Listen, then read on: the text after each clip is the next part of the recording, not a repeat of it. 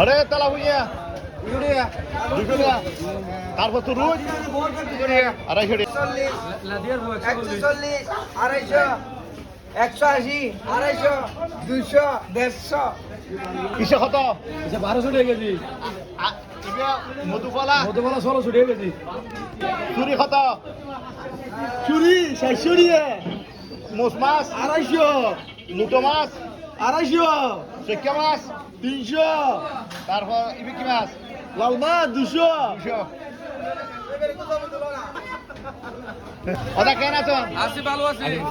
ইনকি দর অন্যবে 300 টাকা কেজি আরবে 200 টাকা কেজি আরবে 180 টাকা কেজি হ্যাঁ